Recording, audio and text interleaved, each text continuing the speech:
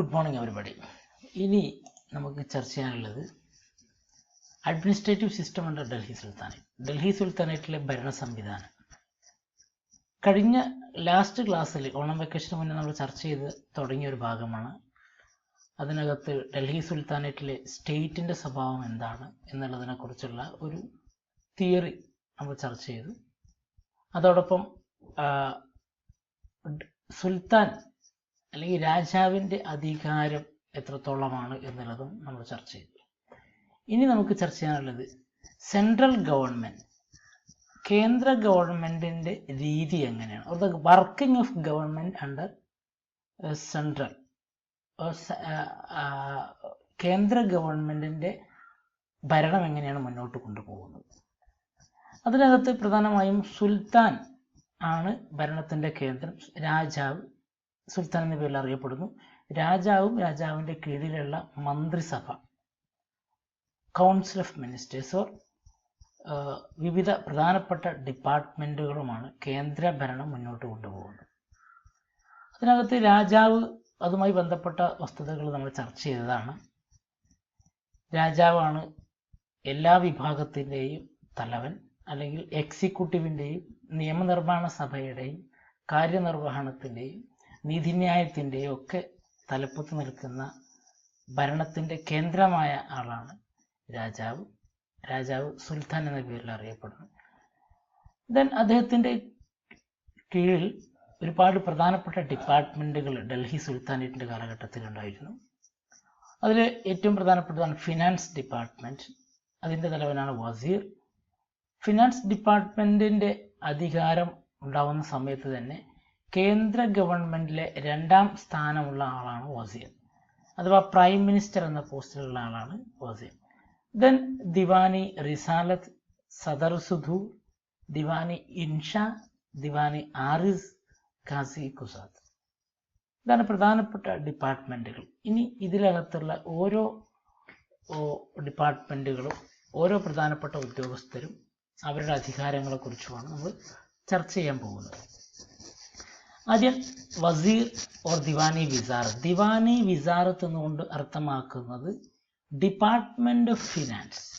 ദിവാനി എന്ന വാക്ക് എപ്പോഴും വരും, അത് ഓരോ വകുപ്പിനെയാണ് കാണിക്കുന്നത്. ദിവാനി വിസാറത്ത് സാമ്പത്തിക കാര്യം അല്ലെങ്കിൽ സാമ്പത്തിക വകുപ്പ്. അതിൻ്റെ തലവനാണ് വസീർ. ഏറ്റവും പ്രധാനപ്പെട്ട ഉദ്യോഗസ്ഥൻ, മിനിസ്റ്റേഴ്സിലെ ഏറ്റവും പ്രധാനപ്പെട്ട ഉദ്യോഗസ്ഥൻ അല്ലെങ്കിൽ പ്രൈം മിനിസ്റ്റർ എന്ന സ്ഥാനമുള്ള, രാജാവ് ഇല്ലാത്ത സമയത്ത് രാജാവിൻ്റെ അധികാരങ്ങൾ കൈയാളുന്ന ഉദ്യോഗസ്ഥനാണ് വസീർ.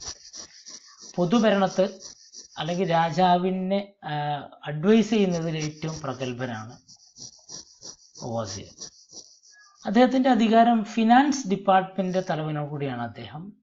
അദ്ദേഹത്തിൻ്റെ കീഴിൽ ഒരുപാട് ഓഡിറ്റർമാർ, ഓഡിറ്റർ ജനറൽ, കൺട്രോളർ ജനറൽ എല്ലാം അങ്ങനെയുള്ള സാമ്പത്തിക കാര്യ വിദഗ്ധന്മാരുമുണ്ട്. പ്രധാനമായും രാഷ്ട്രത്തിൻ്റെ നികുതിയുടെ പരിപാലനം, നികുതി നിശ്ചയിക്കുന്നത്, അത് പിരിച്ചെടുക്കുന്ന നടപടിക്രമങ്ങൾ നേതൃത്വം കൊടുക്കുക, അതിൽ നിന്നും ഉദ്യോഗസ്ഥർക്ക് വേണ്ട ശമ്പളം അനുവദിച്ചു കൊടുക്കുക, അങ്ങനെയുള്ള ഉത്തരവാദിത്തങ്ങളാണ് പ്രധാനമായും ഈ വകുപ്പിൻ്റെ കീഴിൽ വരുന്നത്. Revenue settlement, rules and regulations for revenue settlements and fixed the rate of taxes, and they paid salaries to every officials except military officers. എല്ലാ ഉദ്യോഗസ്ഥന്മാർക്കും സാമ്പത്തിക അല്ലെങ്കിൽ അവരുടെ വേതനം നൽകുന്നതിനുള്ള കാര്യങ്ങളെല്ലാം ചെയ്യുന്നത് ദിവാനി വിസാറത്താണ്.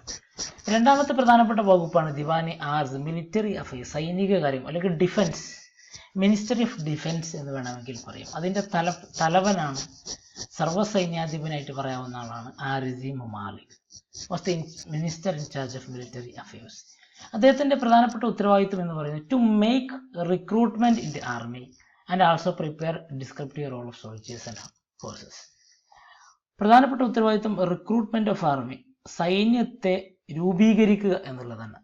അതോടൊപ്പം അവർക്ക് ആവശ്യമായ ട്രെയിനിങ് നൽകുക, അവർക്ക് ആവശ്യമായ ആയുധോപകരണങ്ങൾ സംഘടിപ്പിക്കുക, അതോടൊപ്പം ഇവർക്കുള്ള സാലറി കൊടുക്കുന്നതും ഈ ഡിപ്പാർട്ട്മെൻറ്റ് തന്നെയാണ്. Recruitment of army the equipment of army and the payment of army. These are the main duties of Diwani Aris. ഈ സൈനിക മേഖലയിൽ ഒരുപാട് പരിഷ്കാരങ്ങൾ കൊണ്ടുവന്ന ഭരണാധികാരിയാണ് അലാവുദ്ദീൻ ഖിൽജി. നമ്മൾ ഓൾറെഡി ചർച്ച ചെയ്തതാണ്. ഏറ്റവും ശക്തമായിട്ടുള്ള ഫലപ്രദമായിട്ടുള്ള ഒരു ആർമി നിലനിർത്തിയിരുന്നു അലാവുദ്ദീൻ ഖിൽജി. പിന്നീട് അദ്ദേഹം തന്നെ ദാഖൻ ചഹര തുടങ്ങിയിട്ടുള്ള പരിഷ്കാരങ്ങൾ, കുതിരകളെ ചാപ്പ കുത്തുന്ന ദാഗ് എന്ന് പറയുന്ന പരിഷ്കാരവും, രാജാക്കന്മാരുടെ സൈനിക അംഗങ്ങളുടെ പേര് വിവരങ്ങൾ ഉൾപ്പെടുത്തുന്ന റോളുകൾ, രജിസ്റ്ററുകൾ സൂക്ഷിക്കുകയും ചെയ്തിട്ടുണ്ട്. അതാണ് ചെഹര എന്നറിയപ്പെടുന്നത്. അങ്ങനെ കുറെ പരിഷ്കാരങ്ങൾ ഈ ഡിപ്പാർട്ട്മെന്റിൽ കൊണ്ടുവന്ന ആളാണ് അലാവുദ്ദീൻ ഖിൽജി. അടുത്ത ഒരു ഡിപ്പാർട്ട്മെന്റാണ് ദിവാനി ഇൻഷ, കറസ്പോണ്ടൻസ് ഡിപ്പാർട്ട്മെന്റ്, അഥവാ കത്തിടപാടുകൾ, ഔദ്യോഗികമായ കത്തിടപാടുകൾ നടത്തുക. ഈ ഡിപ്പാർട്ട്മെന്റ് ഔദ്യോഗികമായ കത്തിടപാടുകൾ സൂക്ഷിക്കുക, അത് നിലനിർത്തുക, അതുപോലെ തന്നെ രാജാവിൻ്റെ വിളംബരങ്ങൾ നടത്തുക, അത് റെക്കോർഡ് ചെയ്യുക എന്നുള്ളതൊക്കെയാണ് ഈ ഡിപ്പാർട്ട്മെന്റ് ഉത്തരവാദിത്തം. പ്രധാനപ്പെട്ട ഉദ്യോഗസ്ഥൻ ദാബിറി മുമാലിക്. എല്ലാ റെക്കോർഡുകളും കീപ്പ് ചെയ്യുന്നത് ദിവാനി ഇൻഷ എന്ന് പറയുന്ന കറസ്പോണ്ടൻസ് ഡിപ്പാർട്ട്മെന്റാണ്. ദെൻ ദിവാനി റിസാലത്ത്, മതവിഭാഗം അല്ലെങ്കിൽ റിലീജിയസ് അഫയേഴ്സ്, മതകാര്യ വിഭാഗം കൈകാര്യം ചെയ്യുന്ന ഡിപ്പാർട്ട്മെന്റ് ദിവാനി റിസാലത്ത്. റസാലത്ത് എന്നും പറയാറുണ്ട്. ഇതിന്റെ തലവനാണ് സദർ ഓർ സദർ സുദൂർ എന്ന് പറയും. അദ്ദേഹത്തിന്റെ കീഴിൽ ഒരുപാട് കാസിമാർ അദ്ദേഹം നിയമിക്കുന്നു. രാജാവിന്റെ അനുമതിയോടുകൂടെ ഒരുപാട് കാസിമാർ എന്ന് പറയുന്ന ഒരു പ്രദേശത്തിലെ മുഖ്യ പുരോഹിതനാണ്. ഈ രാഷ്ട്രത്തിന്റെ പ്രധാനപ്പെട്ട പുരോഹിതനാണ് സദർ സുദൂർ. അപ്പം ഇവരുടെ പ്രധാനപ്പെട്ട ഉത്തരവാദിത്വം എന്ന് പറയുന്നത് മതസ്ഥാപനങ്ങൾക്ക്, മതവിദ്യാഭ്യാസ സ്ഥാപനങ്ങൾക്ക് ഗ്രാൻഡ്, സാമ്പത്തിക സഹായം അനുവദിക്കുക, അതോടൊപ്പം തന്നെ മതപുരോഹിതന്മാർക്ക് ആവശ്യമായ സഹായങ്ങൾ, സമ്മാനങ്ങൾ നൽകുക. ഇനാം ലാൻഡ് എന്ന് പറയുന്ന ഒരു വിഭാഗം തന്നെയുണ്ട്. ഭൂമി ദാനമായി പുരോഹിതന്മാർക്ക് നൽകിയിരുന്ന ഒരു സമ്പ്രദായം ഈ കാലഘട്ടങ്ങളിലും ഉണ്ടായിരുന്നു. ഇവരുടെ കീഴിൽ വേറെ കുറെ മുഫ്തിമാർ, ശരീഅത്ത്, ഖുർആനിക നിയമങ്ങളാണ് ശരീഅത്തിലെ എക്സ്പേർട്ടുകളെ ആണ് മുഫ്തികൾ എന്ന് പറയുന്നത്. ഈ മുഫ്തികൾ ഓരോ നിയമപരമായിട്ടുള്ള നിർദ്ദേശങ്ങൾ മുന്നോട്ട് വെക്കും. ലീഗൽ റൂളിങ്സ്, അതിനെയാണ് ഫത്വ എന്നറിയപ്പെടുന്നത്. ഏതായാലും ദിവാനി ഖാസ, ഇതുമായി ബന്ധമുള്ള വേറൊരു ഡിപ്പാർട്ട്മെന്റാണ് ദിവാനി ഖാസ. കാസിയുൽ മുമാലിക്കാണ് ഇവിടുത്തെ തലവൻ. ദിവാനി ഖാസ എന്ന് പറയുന്നത് ഡിപ്പാർട്ട്മെന്റ് ഓഫ് ജുഡീഷ്യൽ അഫയേഴ്സ്, നീതിന്യായ വിഭാഗമാണ്. അതിന്റെ തലവനാണ് ചീഫ് ജസ്റ്റിസ് ഓർ കാസിയുൽ മുമാലിക്. നീതിന്യായ ഭരണത്തിന്റെ കാര്യങ്ങൾ നടത്തുക എന്നുള്ളതാണ്. നീതിന്യായ ഡിപ്പാർട്ട്മെന്റ് ഏറ്റവും തലപ്പത്തുള്ളത് രാജാവാണ്. എല്ലാ ഡിപ്പാർട്ട്മെന്റിന്റെയും ഏറ്റവും തലപ്പത്തുള്ളത് രാജാവാണ്. അതിന്റെ കീഴെയാണ് ഓരോ ഡിപ്പാർട്ട്മെന്റ് തലവന്മാരും വരുന്നത്. അപ്പൊ ചീഫ് കാസി ഒരു റിലീജിയസ് പ്രീസ്റ്റ് ആണ്, മതപുരോഹിതനാണ്. മത നിയമങ്ങളിൽ കാര്യമായ അറിവുള്ള, അവഗാഹമുള്ള വ്യക്തിയാണ്. അദ്ദേഹത്തെയൊക്കെ നിയമിക്കുന്നത്, കാസിമാരെ നിയമിക്കുന്നത് രാജാവിൻ്റെ കൂടെ സദർ കൂടി ചേർന്നാണ് ഇവരെ നിയമിക്കുന്നത്. മതപരമായിട്ടുള്ള കാര്യങ്ങൾ, ഒരു പ്രദേശത്തിലെ മൊത്തം നിയന്ത്രണം അല്ലെങ്കിൽ ഒരു പ്രദേശത്തിലെ മുഴുവൻ ആളുകൾക്ക് മതപരമായിട്ടുള്ള ഉപദേശങ്ങൾ നൽകുക, അവിടുത്തെ പ്രധാനപ്പെട്ട പള്ളികൾ പരിപാലിക്കുക എന്നുള്ളതൊക്കെയാണ് കാസിയുടെ ഉത്തരവാദിത്തങ്ങൾ. പിന്നീട് വേറെയും കുറെ ഡിപ്പാർട്ട്മെന്റുകൾ പല കാലഘട്ടങ്ങളിൽ പ്രാധാന്യം കൈവരിക്കുകയും ചില ഭരണാധികാരികളുടെ കാലഘട്ടത്തിൽ രൂപപ്പെടുത്തുകയും ചെയ്ത ഡിപ്പാർട്ട്മെന്റുകളുണ്ട്. ഒന്നാണ് ബാരിദി മുമാൽ. ബാരിദ് എന്ന് പറഞ്ഞ ഇന്റലിജൻസ് ഡിപ്പാർട്ട്മെന്റ്. ബാരിസ് എന്ന് പറഞ്ഞ സ്പൈസ് ആണ്, ചാരന്മാർ. രാജാവിന് വേണ്ടി രാജ്യത്തിൽ വിവിധ മേഖലകളിൽ നിന്നുള്ള ഇൻഫർമേഷൻ ശേഖരിക്കുകയും രാജാവിലേക്ക് എത്തിക്കുകയും ചെയ്യുന്ന ഉദ്യോഗസ്ഥന്മാരാണ് ബാരിദുകൾ അഥവാ സ്പൈസ്, ചാരന്മാർ.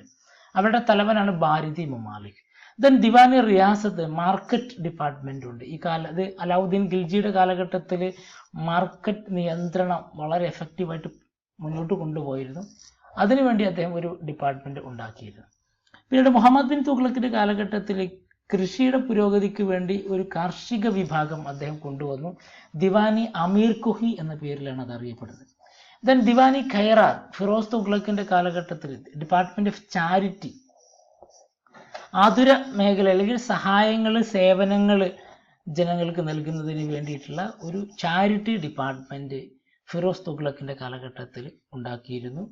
നിർധനരായ ആളുകൾക്ക് സാമ്പത്തിക സഹായം നൽകുന്നതിന് ഒക്കെയാണ് ഈ ഡിപ്പാർട്ട്മെൻറ്റ് പ്രവർത്തിച്ചിരുന്നത്.